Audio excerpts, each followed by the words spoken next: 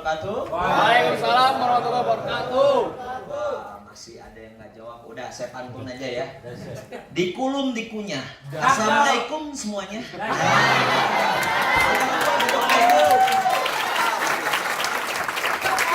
Siapa di sini yang mau dikulum? Tentu hari ini sangat luar biasa, ya, yang dimana saya diundang oleh top leader Anda semua. Berikan aplaus untuk para founder Laskar. Yang dimana teman-teman saya ini sangat luar biasa, ya, inspirator saya semua tentunya ya di bisnis media sehat sejahtera. Tentu teman-teman tadi telah dijelaskan oleh upline kita tercinta, top leader kita tercinta, yaitu Bapak Ali Al-Hadad. Yang dimana tentu pemahaman bisnis harus kita pahami, betul ya? Betul. Nah, Anda juga harus tahu mengapa bisnis media sehat sejahtera ini, kenapa bentuknya harus MLM? Kenapa bentuknya nggak konvensional aja, Pak? Kenapa bentuknya nggak apa kek misalkan? Kayak bentuk badan Bapak? Kenapa nggak yang lain gitu? Kenapa sih harus MLM? Tentu Pak Sukurna Baban ini bukan orang-orang yang bodoh. Pak Sukurna Baban ini menciptakan sebuah perusahaan, tentu ada sebuah penilaian. Yang dimana beliau itu adalah orang yang sangat cerdas, kalau saya katakan. Hanya membentuk sebuah sistem saja, dia bisa menafkahi jutaan orang, bayangkan. Dengan sistem kemitraannya. Nah, dan kenapa juga banyak orang di luar sana yang berpandang buruk dengan MLM? Nah, ini Anda juga harus tahu. Nah, jadi di mana letak yang salahnya, Pak? Pak, apakah ada orang negatif, Pak? Sebenarnya nggak ada orang negatif di dunia ini. Andai kata dia ada yang negatif, dia itu hanya tersesat dalam pemikirannya. Betul.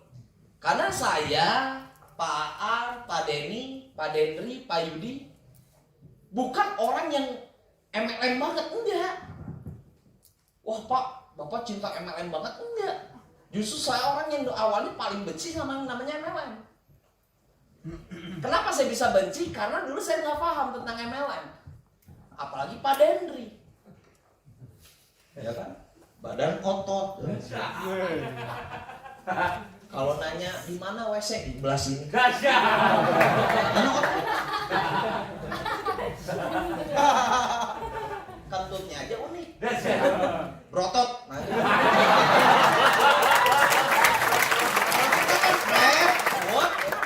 Kalau Pak Dendri brotot. Kentutnya unik ya. Apalagi Pak An, anak gaul gila Bangka. Jalanin MLM enggak banget, beneran. Apalagi saya orang yang paling seneng menghina orang, bener. Dulu teman saya banyak yang gabung MLM sebelah Yansi. Saya orang yang paling seneng menghina. Jadi kalau ngomongin orang negatif, yang paling negatif misalkan kalau ada perkumpulan Tiansi, itu ngebahas saya hati-hati sini katanya.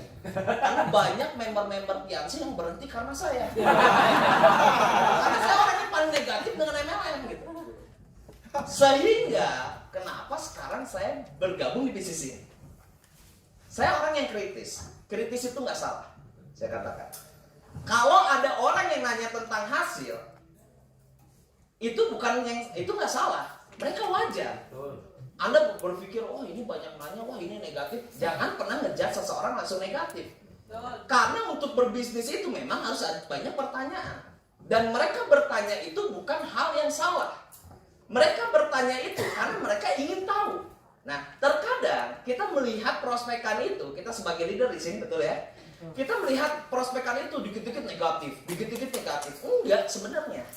Mereka itu nggak negatif, mereka itu awam dan mereka itu nanya, itu wajar. Kalau misalkan Anda ditanya dengan prospekan, terus hasilnya apa? Masih Anda berpikir, wah ini orang negatif, ya enggak, wajar. Kenapa mereka bertanya hasil? Karena kita menawarkan penghasilan di sini. Anda pernah berpikir nggak, kenapa ya Pak, dulu saya kerja nggak banyak orang yang nanya hasil? Benar nggak? Ada yang di sini kerja? Angkat tangan. Ada ya? Kerja di mana? Di pabrik. Pabrik, oke. Pas selama kerja, ditanya hasil nggak sama orang? Udah kerja di pabrik, siapa namanya? Naya. Naya kalau udah kerja di pabrik, udah dapat apa? Ada yang nanya? Nggak ada, saya yakin. Tapi kenapa di Melia banyak yang nanya hasilnya apa? Nah, coba. Kenapa?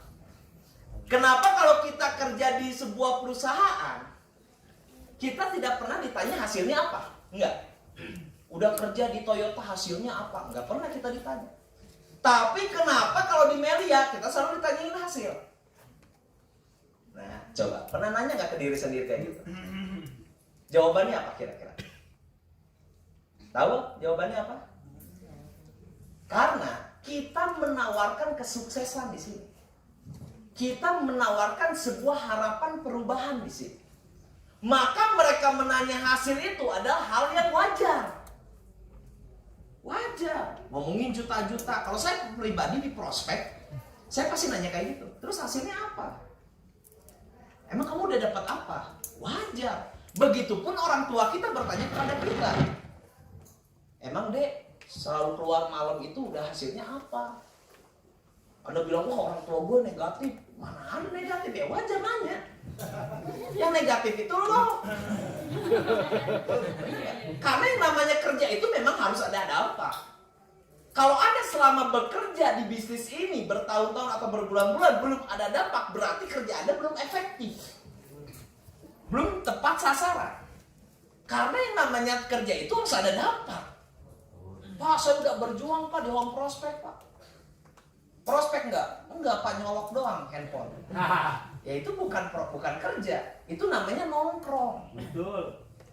Melia Sehat Sejahtera itu, Anda dikatakan kerja itu ketika Anda menjelaskan 5 pilar. Bertindak yang menghasilkan bonus untuk besok. Itu mulai disebut kerja. Coba, Naya udah berapa bulan di bisnis ini? Udah berapa tahun? 5. Berapa? 5 tahun. Oke, Naya 5 tahun. Saya yakin jalani Melia nggak 5 tahun. Karena disebut jalani Melia itu ketika kita menulis 5 pilar. Bukan ketika pertama kali gabung. Kalau misalkan gabung terus tidur, apakah kita disebut ngejalanin? Enggak kan? Ngejalanin itu ketika kita berbicara 5 pilar dan prospek yang berdampak kepada Besok bonus.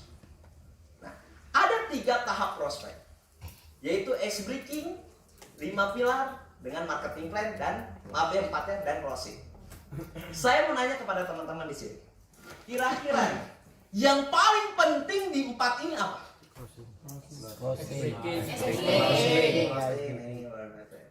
Yang paling penting adalah prospekannya ada.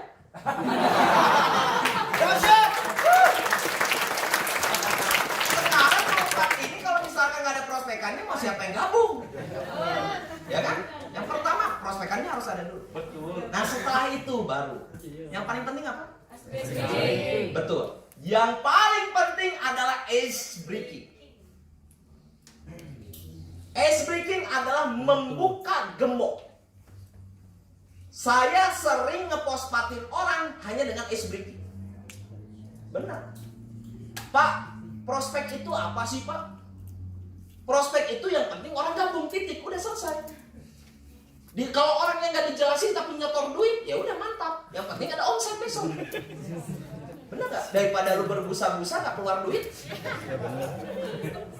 Nah, jadi otak lo ini harus bagus dulu ya Allah. Yang penting adalah ice breaking. Saya sering bikin games kepada leader-leader saya, bilang, lu bisa nggak nih? Tanpa lu prospek 5 pilar, duit itu udah keluar dulu. Saya sering bilang kayak gitu ke leader-leader saya. Bisa bos, ayo tes. Coba. Dipantengin ice breaking, dibikin kepo. Saya punya bisnis bagus mas. 5 juta jadi 30 juta mas. Wah yang benar. 5 juta jadi 30 juta sama anggota dewan. Emang kayak gimana? Mas udah punya duit berapa? Baru 3 juta, ambil dulu mas, ambil dulu. Nanti saya jelasin. Datang, ambil 3 juta, terus gimana? Bener mas? Nah saya nanya, Prospek itu enak ketika apa? Ketika lihat duit. Prospek. Atau prospek dulu baru keluar duit. Lihat Lihat duit. duit dulu. Nah, jadi jangan terburu-buru dengan ice breaking. Saya tahu nih, karena saya pernah di posisi Anda. Kadang ice breaking itu deg-degan. Ngomongin Melia Sehat Sejahtera dan MLM-nya berat banget. Betul? Sampai dipercepat. Mas tahu nggak Melia Sehat juga? Saking takutnya ngomongin Melia Sehat Sejahtera, dicepetin sama dia. Melia Sehat juga. Ya kan? Nah, yang ketawa pelakunya. Nah, itu kelas lagi. Ya. Anda nggak bisa kayak gitu. Anda mau meyakinkan orang, tapi Andanya takut, ya gimana orang mau yakin? Ingat, prospek itu bukan kita berantem, tapi diskusi. Diskusi. Prospek itu diskusi. Jadi tenang aja dulu. Lu harus bukain semuanya dulu di ice breaking. Lu harus bukain perusahaannya, lu harus bukain produknya, dan lu harus bukain bidangnya. Dan ada juga yang leader yang salah. Orangnya nggak tahu MLM, malahan dia yang ngasih tahu dan nakut-nakutin MLM. Contoh, tahu MLM nggak? Nggak tahu. Masa nggak tahu? Itu yang ngajak-ngajak orang yang dapat reward. Leader error namanya. Kalau orang nggak tahu MLM, udah skip. Oh nggak tahu ya, udah skip ya. Menantu idaman mau lewat. Udah skip aja. Gitu. Pokoknya jangan di skip ya. Kayak di TikTok ya. Nah, udah biarin. Kalau orang nggak tahu MLM, udah lu biarin. Nggak tahu ya udah skip. Propolis tahu nggak? Apa itu? Oh nggak tahu ya udah. Ya udah lu jelasin, udah kayak gitu. Jangan lu takut-takutin. Nah, banyak yang berperang, sebelum berperang udah kalah dulu, banyak itu tuh. Nah di ice breaking cepet-cepet ini. Padahal kuncinya itu di ice breaking. Kok makanya tanyain dulu, masnya santai nggak? Harus jual mahal. Kalau saya orang yang nggak mau ditolak. Kalau dianya belagu sama gue belaguin lagi. Oh gini. Oh ya udah mas, udah nggak jadi saya mau jelasin lah. Kata saya. Bahaya kata saya. Masnya juga ini sombong ke saya. Masa saya mau ngasih ke orang yang sombong? Gitu. Emang apa ngeliat mas? Tapi masnya sombong. Nanti ada duit makin sombong. Karena konsep saya sebelum ditolak orang mendingan saya nolak dulu. Benar kok saya. Makanya otak saya ini ringan, nggak pernah berat. Lihat dulu psikologi seorang. Kalau dia buru-buru ya udah ngapain gue ngasih waktu ke orang yang buru-buru. Kadang kita yang suka maksa. Betul? Bentar aja. Belum apa-apa lu udah kalah, gimana lu mau yakinin orang? Ingat, ini bisnis terhormat untuk orang yang terhormat. Tenang aja dulu. Karena apa? Percuma ngejelasin ke orang yang buru-buru, otaknya lagi nggak di situ. Iya lagi dia, ya itu dari dia udah ada janji yang lain gitu. Ya, jadi kalau lu mau postingnya mantap, sampai di SBK. Benar-benar matang, benar-benar dia pengen ya udah apa.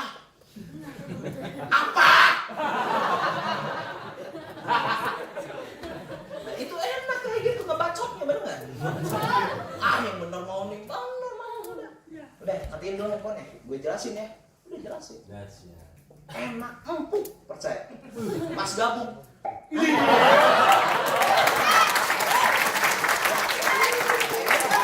Pengen nggak waktu Anda nggak sia-sia? Ice breaking-nya pertama. Udah kalau closing gimana? Pokoknya ada di ice breaking kuncinya. Kunci membuka segalanya di ice, bukan di teknik closing. Sebagus-bagus lu closing, mau misalkan lu ngomongin mukjizat Nabi,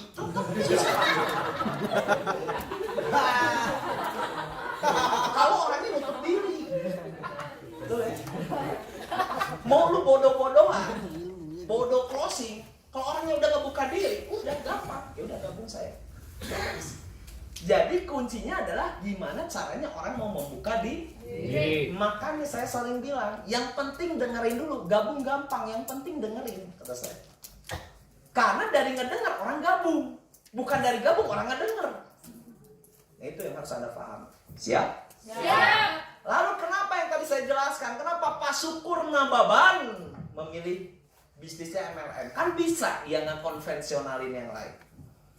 Kan bisa propolis ini diiklankan. Kan bisa propolis ini dimasukkan di salah atau titip ke Kimia Farma misalkan. Kan bisa, betul ya? Kenapa harus di MLM-kan? Kan produknya kita udah tahu dahsyat ya. Iya. Tapi kenapa di MLM-kan? Tentu ada sebuah alasan. Anda tahu MLM itu apa? Iya, itu tuh apa? Saya juga tahu.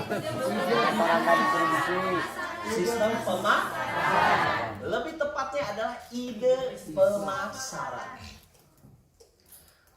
Perusahaan yang bangkrut, perusahaan yang tidak bisa produksi atau yang tidak bisa masarin? Tidak bisa masarin. Betul. Kafe yang bangkrut bukan kafe yang tidak bisa masak, tapi yang tidak bisa memasarkan. Paham?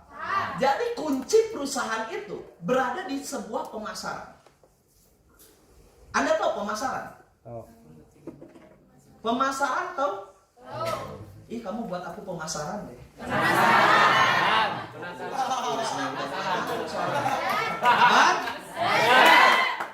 Pemasaran itu adalah kita memasarkan sebuah produk dengan cara apapun, betul ya?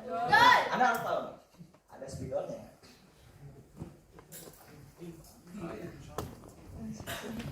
Nih, mengapa MLM? Kalau MLM bagus, kenapa banyak orang yang berpikir lain? Saya orangnya kritis, makanya saya banyak nanya, kenapa? Kenapa sih harus MLM? Ini saya mau kasih tahu kepada Anda. MLM adalah ide pemasaran. Tidak mungkin sebuah owner menciptakan perusahaan dengan maksud dia ingin rugi, nggak mungkin. Ada nggak orang, gue bikin perusahaan biar rugi? Ada nggak? Ada, goblok. Makanya banyak prospekan kita yang bodoh-bodoh juga. Emang ini nggak rugi? Ya, lu mikir aja owner bikin perusahaan masa dia mau rugi? Udah aja beres, padat. Jawabannya kayak gitu doang. Lu mau jelasin panjang lebar. Padahal udah. Ya lu dong mikir logika sekarang. Masa ada owner bikin perusahaan mau rugi? Ya nggak mungkin lah. Beres ya. Jawaban itu selesai. Nah, makanya otak Anda harus ringan kayak saya. Nggak usah mikir. Pendampingan banyak-banyak gitu. Betul. Saya nggak usah pakai ini ya. Matiin aja. Kedengeran kan? Matiin aja. Nih, kenapa ML? Nih saya kasih tahu sejarahnya. Orang menciptakan sebuah teori MLM itu bukan karena orang itu menciptakan teori yang gagal, tidak.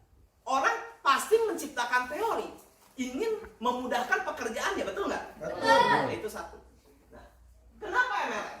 Anda harus tahu dulu. Ini sejarahnya dan Anda harus paham. Karena pekerjaan yang tidak dijiwai tidak akan menghasilkan hasil yang maksimal. Anda harus menjiwai pekerjaan Anda.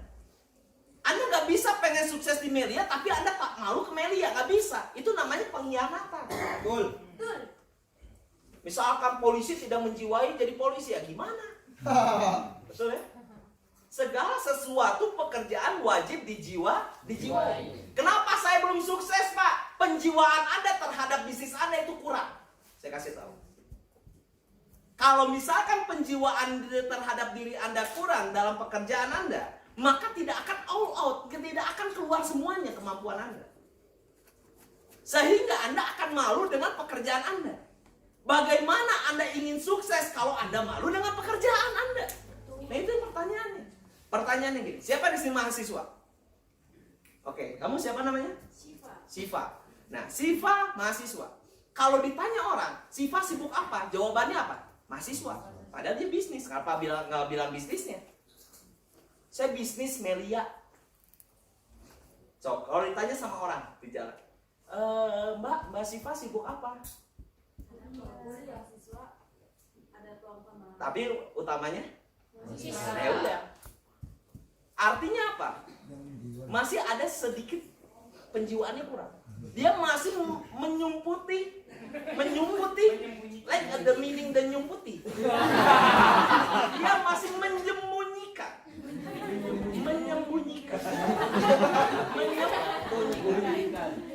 status dia. Betul? Dia bilang mahasiswa dari kuliah mana? IAIN? IAIN? IAIN Cirebon.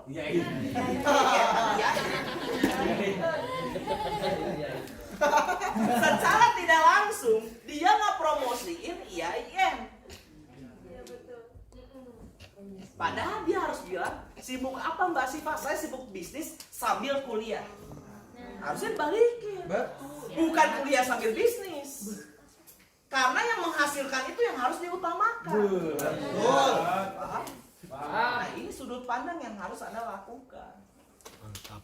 Sehingga promosi terjadi di sana. Bisnis apa? Salah nanya. Kalau duluan kuliahnya, kuliah di mana? Anda yang salah nanya. Anda yang salah jawab. Betul? IAIN, emang dapat bonus sponsor dari IAIN? Jadi diubah. Kalimatnya diubah coy. Kalimatnya. Siap? Siap. Padahal kita itu melakukan promosi setiap hari loh. Toko kita di mana? Di mulut. Toko kita itu di mulut. Kalau pemain MLM tokonya di mulut. Makanya saya kerjain media itu bisa dimanapun. Di masjid bisa. Di WC umum bisa. Dimanapun saya bisa. Sehebat Sandiaga Uno aja nggak bisa kayak saya. Karena mulut kita, toko kita di mulut. Nih, saya kasih tahu dulu pemahaman dasar. Kenapa harus MLM? Siapa yang menciptakan MLM? Itu pertanyaan di otak saya. Kenapa harus MLM? Pertanyaannya itu. MLM pertama kali diciptakan di tahun 1883. Yang pasti sebelum nenek moyang Anda ada. Kalau nenek moyangnya lagi pasti ada. Uyut nenek moyang ya. Mungkin baru lahir mungkin. Nih. Siapa yang menciptakannya? Mike Dave Chomel namanya. Mike Dave Chomel. Perusahaan apa yang pertama kali ada MLM? Namanya California Parfum Company.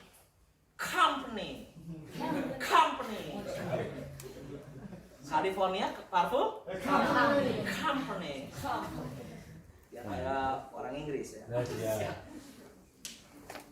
Kenapa si Mike ini tiba-tiba dapat pemahaman MLM? Apakah dapat wahyu daripada Tuhan? Tentu tidak, dia bukan nabi. Tahu nih, Pak Kabas? Saya kayak gini ya biar nggak pada hantu. Siap. California Parfum Company. Gunakan kartu cursor Pak.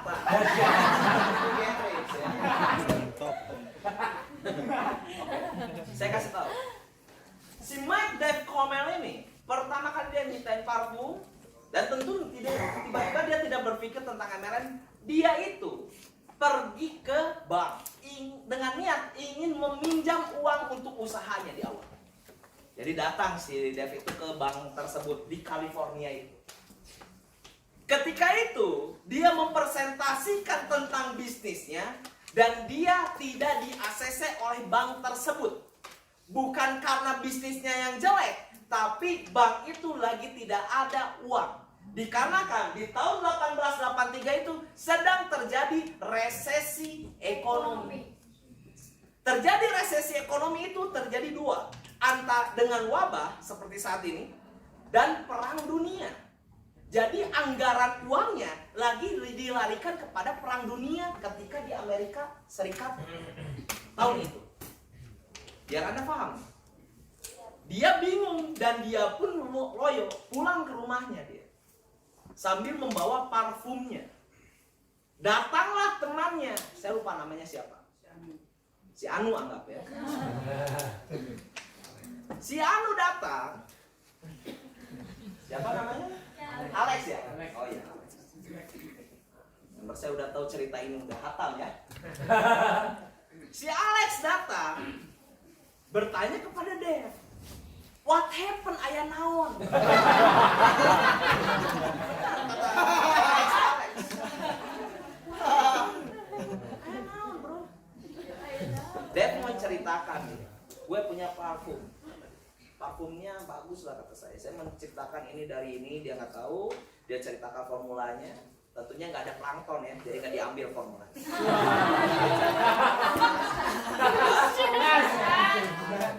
Kapan? Fokus.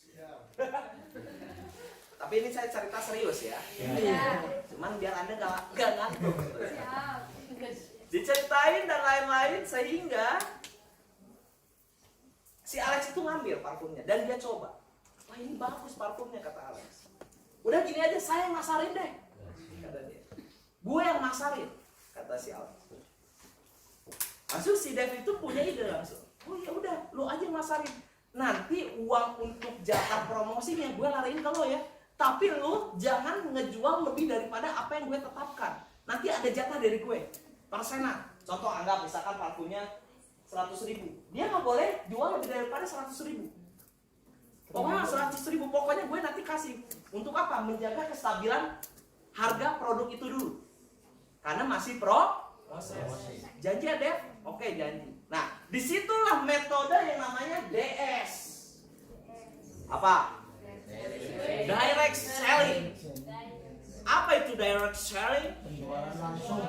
Direct selling. Direct artinya selling. Nah, penjualan langsung dengan cara apa? Demo. Nah, itu pertama kali. Si Alex datang, misalkan dia itu datang ke pasar Minggu, anggaplah di California. Tentu nggak ada kora-kora sama nggak ada rumah hantu ya, nggak ada. Dia pasarin, dia demoin tentang parfum tersebut.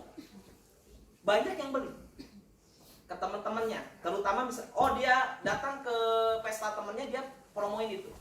Banyak yang beli temannya karena suka dengan bau parfum.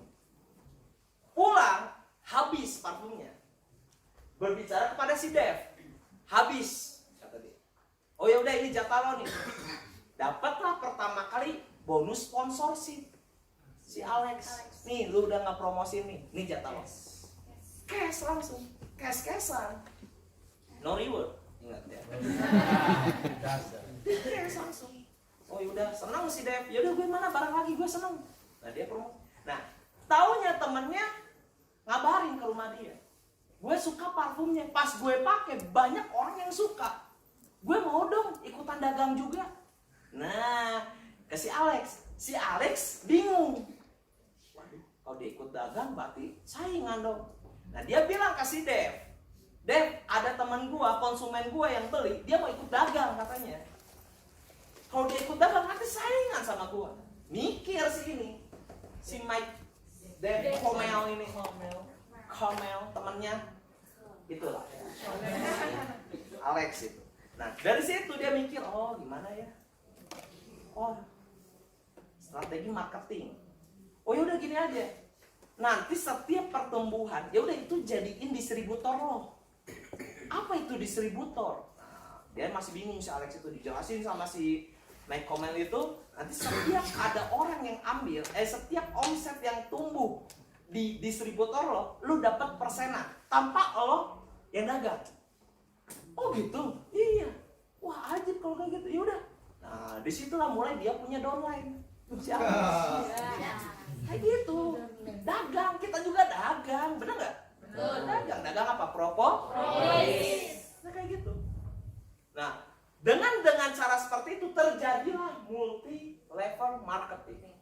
Dengan cara membagi komisi. Jadi agen get agen, di situ mulai. Nah, di tahun 1883 ini boom dengan metode ini. Wah, jadi semua perusahaan itu menggunakan metode ini. Nah, sehingga monoton. Jadi persaingan banyak dengan cara seperti ini sehingga monoton. Terjadilah perubahan di 1954. Muncullah perusahaan Amway dan Nutrilite.